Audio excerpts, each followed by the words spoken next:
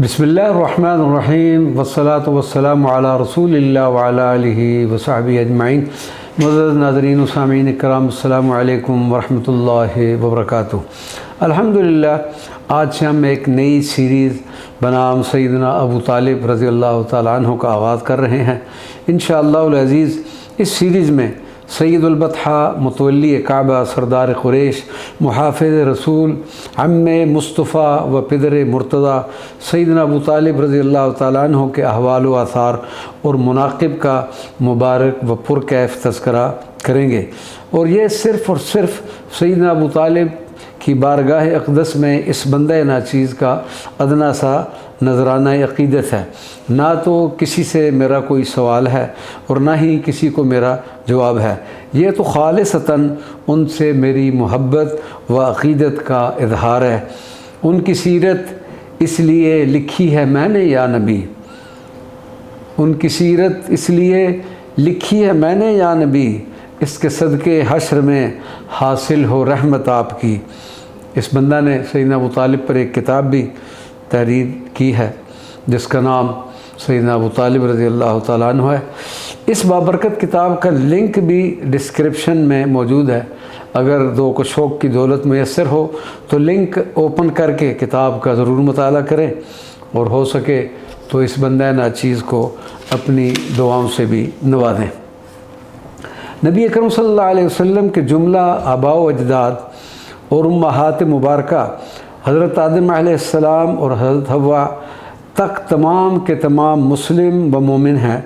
और इसी तरह सरकार दो आलम सल्लल्लाहु अलैहि वसल्लम के अज़ीम व बेहतरीन गमखार व मददगार चचा सैयदना अबू तालिब का ईमानदार होना भी वाज़ेह और मुसल्लमुस सबूत है।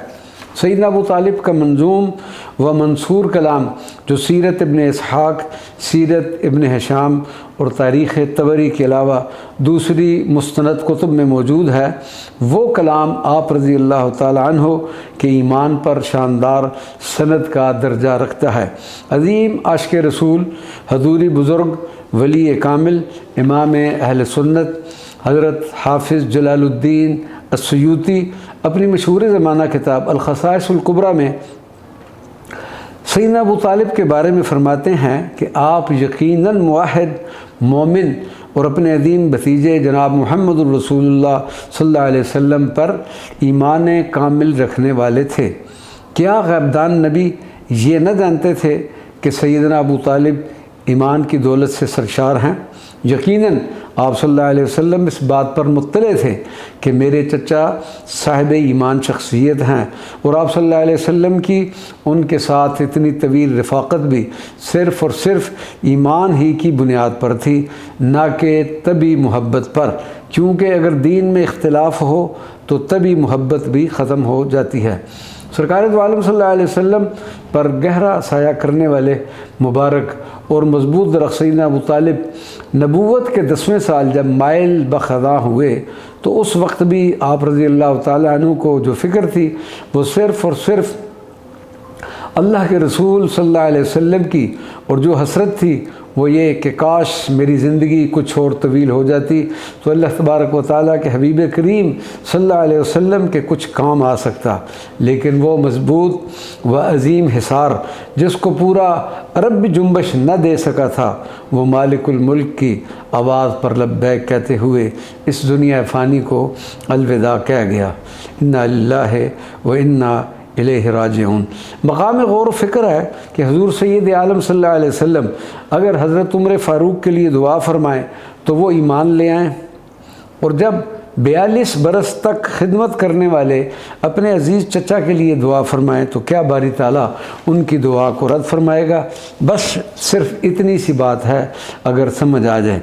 अल्लाह के हबीब सल्लल्लाहु अलैहि वसल्लम सैयदना अबू तालिब के जनाजा के साथ तशरीफ़ ले जाते हुए रो भी रहे हैं और साथ साथ आपकी खिदमात का एतराफ़ करते हुए इरशाद फरमा रहे हैं, ए अम्मे मोहतरम, आप कितने अज़ीम हैं, आपने मेरे हक़ में कभी कोई कोताही नहीं की।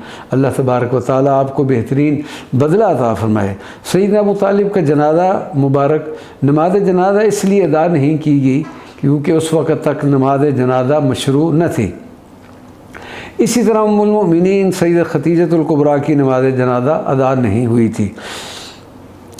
جب مقام حجون جنت المعلیٰ مکہ مکرمہ میں پہنچا تو غمناک آہوں اور فضاؤں میں آپ کو آپ کے والد گرامی سیدنا عبد المطلب کے پہلو میں سپرد خاک کر دیا گیا۔ سرکار دو عالم صلی اللہ علیہ وسلم سیدنا ابو طالب اور آپ کی زوجہ محترمہ جیسی مقدس ہستیوں کو یاد فرما کر اکثر آپ دیدہ ہو جایا کرتے تھے اور ان کے لیے دعا فرمایا کرتے تھے۔ امام جلال الدین سیوطی رضی اللہ تعالیٰ عنہ اپنے ایک رسالہ السبل الجلیہ میں فرماتے ہیں کہ رسول اللہ صلی اللہ علیہ وسلم کے لیے اس سے زیادہ ایذا دینے والی اور کوئی چیز نہیں ہو سکتی کہ ان کے اجداد اطہار اور قرابت داروں کے متعلق سوء-ظن رکھا جائے۔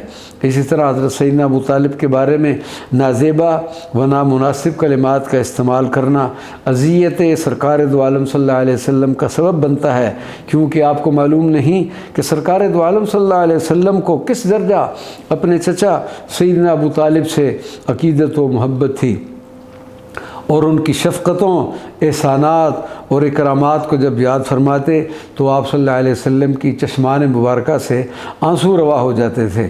لہذا میری آپ سے مؤدبانہ درخواست ہے کہ آپ بھی ان کا تذکرہ پیار و محبت سے کریں، کیونکہ محبوب کی پسندیدہ چیز بھی پسند ہونی چاہیے۔